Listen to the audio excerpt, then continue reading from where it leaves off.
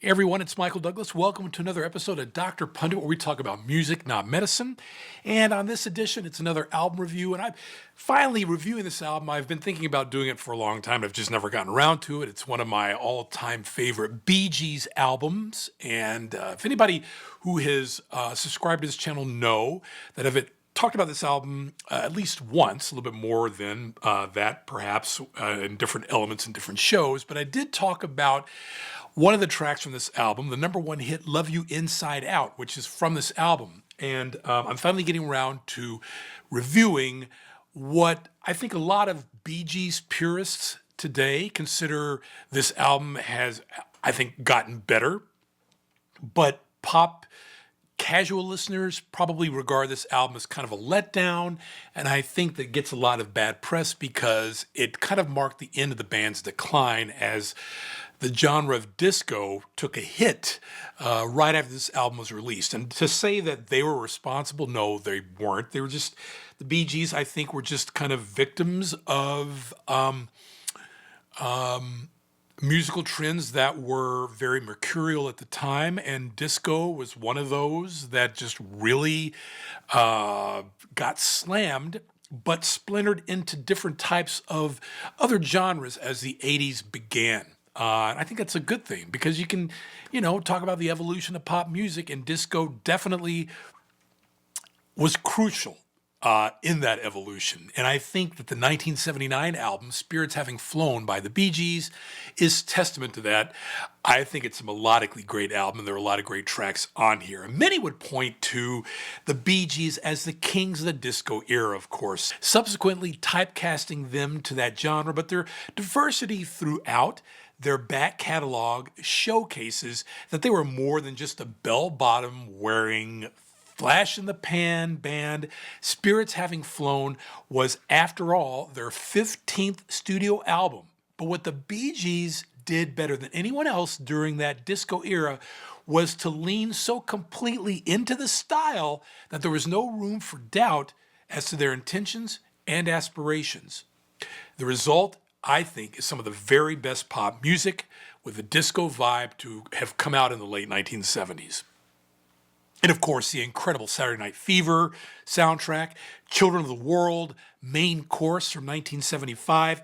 Those also could be regarded as some of their greatest works, but there's something special about Spirits Having Flown that I've never been quite able to quantify. Perhaps it's that it signaled in retrospect the end of their era. Like I said, they were at a huge stylistic and genre peak with Spirits Having Flown, that their 1981 album was very much of a disappointment, as they dramatically shifted their focus back to pure pop, a style they hadn't applied since their 1974 album, Mr. Natural. 1975's Main Course did take that disco vibe and basically, I think, was the impetus for a release by the record company to release a retrospective called the Bee Gees Best of 75 through 79, because that output, those albums, Children of the World, Mr. Natural, Main Course, Saturday Night Fever, Spirits Having Flown, it was the Bee Gees disco era. So it was a very, very crucial time for the band. And if you haven't, I don't think that release is on streaming services. Maybe you should look it up. But it was basically a 1975 to 79 best of retrospective for the band. And as this pertains to the sonic qualities of Spirits Having Flown, the music is extraordinarily good. And I never tire of the focus placed on Barry Gibb's falsetto. But the remastering heard on the Apple Music lossless stream is, it's adequate. It's not bad by any means, but it could be so much better. I know I'm digressing here, but there's I think a lot of sonic fidelity on this album that I think was captured very well in vinyl. As opposed to streaming. And maybe I'm biased because I did buy this album probably around the 8th grade, early 80s, when I was really getting into the band. Let's talk about the artwork of the album. So It's iconic. And I think what really confuses a lot of people, or they always have questions about, is that big red swath at the bottom of the album. And what it represents is lost to me, but it does strangely make the artwork stand out from the crowd. A key aspect when releasing albums on vinyl in an era where the visual element was just as important as the music itself. And I think they hit a home run with that, the concept of the album art. Now let's talk about the tracks on the album. And we'll start out with the three #1 hits: Tragedy, Love You Inside Out, and Too Much Heaven. So Tragedy is not only a quintessential Bee Gees song, but it was the ideal choice to open the album on. Rhythmically charged with some killer guitar moments and arguably only beaten in that regard by Staying Alive, Tragedy is one of their very best recordings. And while the Bee Gees catalog is super extensive, traversing several styles, of course, and genres, few would argue that this song doesn't belong in the top 10 list of the best Bee Gees songs ever. Okay, Tragedy. It's a really good song, #1. Love You Inside Out, I've talked about it on this channel, just do a search for it, is, I think, the best music release on this album, better than Tragedy. It's pure magic. It gets you on your feet, dancing, even if you don't like to dance. It's got rhythm. And it's the focal point of the song, as is the falsetto towards the end of the song, I suppose. And this song has been covered a couple of times by jazz artists as well. One of those being Arturo Tappin, Tappin, did a jazz-styled version from his LP Inside Out. Of course, Too Much Heaven, the other #1 song of the album of the three, is a majestic ballad, symphonic, intermingling vocal elements that just prove how essential it is to get the mix right. The orchestral music accompaniment can't be understated on this track, and it's the combination of all elements. Perfectly positioned, I think, in the soundstage when they performed live.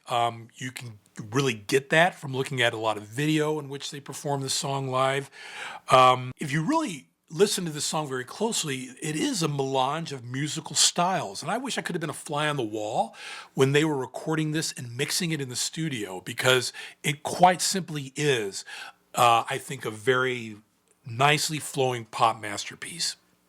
Now let's take a look at some of the tracks that weren't released as singles on the albums, and I'll tell you what my favorite track is on the album. A track called Reaching Out. It slows the tempo a little bit, but it's such a beautiful composition that the shift doesn't detract from the overall flow of the album. And while the initial verse structure can be a little bit slow, once the song reaches the chorus, it really takes off and becomes a solid tune in and of itself. The title track, Spirits Having Flown, gives us a break from Barry's falsetto, and I won't say thankfully, it's just just a different direction on the album. And during the verses, at least, it provides a vocal contrast that strengthens the song. It's a solid title track, and I think the chorus takes this track to another level. The track Stop, Think Again, in comparison to other aspects of the album, it's a little somber, okay, but I'd be lying if I didn't say how much I enjoy this song. And for me, the musical elements make the song. The sound stage is three-dimensional, and you feel as though you're in the middle of an incredible performance that's only for you and you alone. So when you listen to this song, Stop, Think Again. From a production standpoint, I think it's a very personal song, and I think it really rivals the track Spirits Having Flown in terms of its stylistic melodies there.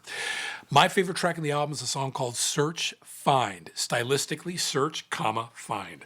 It should have been released as a single. It's a great party jam. The upbeat tempo makes it a great toe tapper, but it's the bass guitar that really drives this in the overdrive. And I think if a black group sang this, it very well could have been released, say, on a Motown label. It's that good.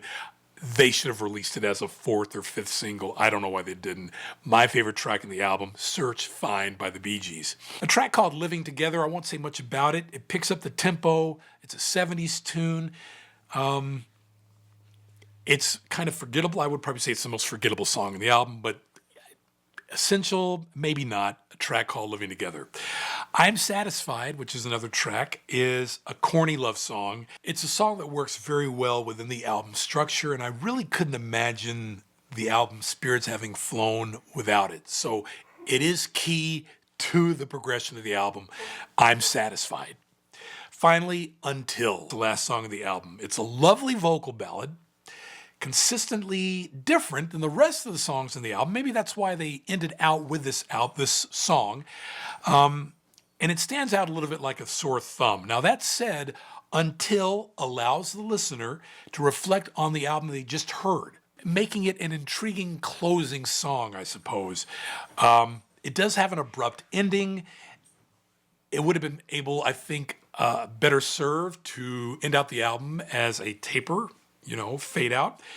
While there isn't, I think, a weak song, maybe outside of Living Together, I suppose, this is a very solid record. And one could argue there is a little too much Barry, perhaps, on vocals throughout. Yes, the harmonies are there. Robin and Morris are present. But Spirits Having Flown, like no other Bee Gees album, is a Barry first record, okay? It just is. Now, depending on your perspective, that could be a blessing for his falsetto, but as incredible as the entire album is, in my opinion, it's all about the interweaving harmonies. The music with their falsettos and voices, it makes it a very cohesive album. And Spirits Having Flown, I think, is a top 5 Bee Gees album. I would stop short of calling it a masterpiece, but it's a very, very, very solid album from the very first note, and I think it's worthy of inclusion with any discussion of this band's musical output. Yes, you could say that because it had 3 number 1 singles, but outside of that, it's a very cohesive album, and I recommend that you listen to it and stream it. Spirits Having Flown, another album review here on Dr. Pundit. I'm Michael Douglas. If you like what you see here, please don't hesitate to like and subscribe. And as the late, great Barry White always used to say, let the music play, and I'll see you on the next episode.